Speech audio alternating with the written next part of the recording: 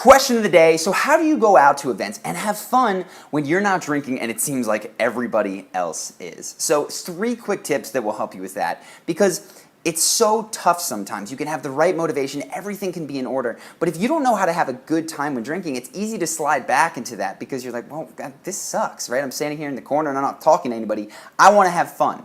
So here's the 3 tips. The first one is to take the good parts of drinking and emulate them. And what I mean by that is that drinking does do some things for people. We wouldn't do it otherwise, right? It helps us lower our inhibitions. It makes us more likely to introduce ourselves to people. We play stupid, silly games. And what I see is when people first stop drinking, they think that they have to stop that. They have to behave proper. They can't participate in the games. It's all BS. So if there is a fun drinking game going on, play with water. If people give you a hassle about that, just go back to the video about what to say when you're not drinking. It has never been a problem for me. If you are standing there and you see that you're against the wall and people are starting to mingle and the people getting drunk are starting to get more talkative, be the more talkative person first, right? If you set it up as a challenge to yourself to see, you know what? I'm going to see if I can have more fun, be more outgoing, more friendly than anybody else here, even though I'm not drinking, that intention will carry over into everything that you do. And you'll find that you have a much better time because 1, you're in control, but 2, you're still getting a lot of the benefits. 2, change your state through dancing. Now, the funny thing about dancing is that if you ask people whenever they're out, they will tell you that they tend to wait until they're very, very drunk before they start dancing, right? I only dance when I'm drunk. The funny thing about that is that dancing and drinking, while they might be, have different requirements, dancing seems to take a lot of courage, drinking doesn't, they have the same effect in a lot of ways. When you go out into the dance floor and just for 2 minutes, cut it up, dance like a maniac, your inhibitions get lowered. You feel much more comfortable. You feel more expressive in your body. You're more likely to touch people. So what I highly, highly recommend is that rather than just staying locked up like this, completely inexpressive, go to the middle of the dance floor. If there's not a dance floor, sort of bob around.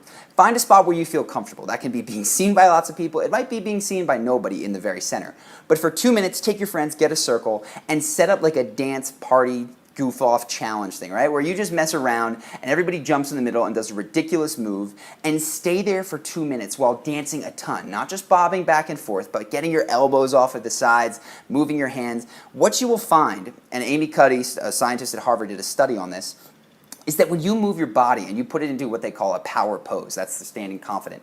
Well, when you move your body in a fun pose and you're smiling and laughing and doing the limbo and goofing around, your brain actually will send those sorts of signals that you would get from drinking, which is to be less inhibited, to not care as much what other people think.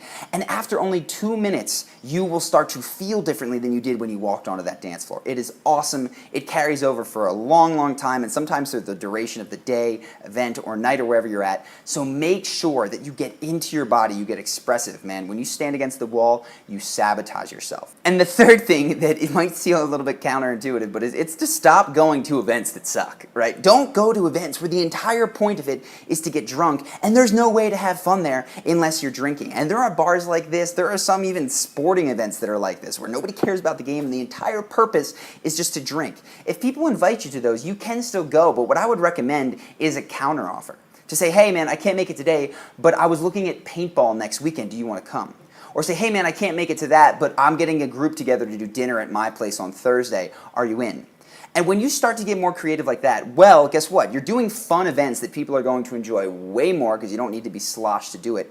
But secondly, you shift from the spoke of any sort of social environment where you're being invited and you're just one person of many, to you become the hub. You're the person setting up the fun events because you're the only one that truly cares that the event itself is killer and that it's not just helped along by everybody being drunk and not knowing what is going on. So really, stop going to events that are no fun at all. If you don't like dance clubs, I happen to, don't go to those. Invite your friends, invite people to something else that is fun. And just some ideas, paintball, laser tag, bowling, anything that has an event and has something to do there, right? There is an activity. That is going to be way more fun. So hopefully that helps you to have more fun when you're out. If you want more videos like this, I think this is it for the drinking series, but if there's more questions, go ahead, ask me. I've been doing this for a long time, happy to help. Write those in the comments, subscribe to get more from the channel, breakdowns and everything, and I will see you in the next video.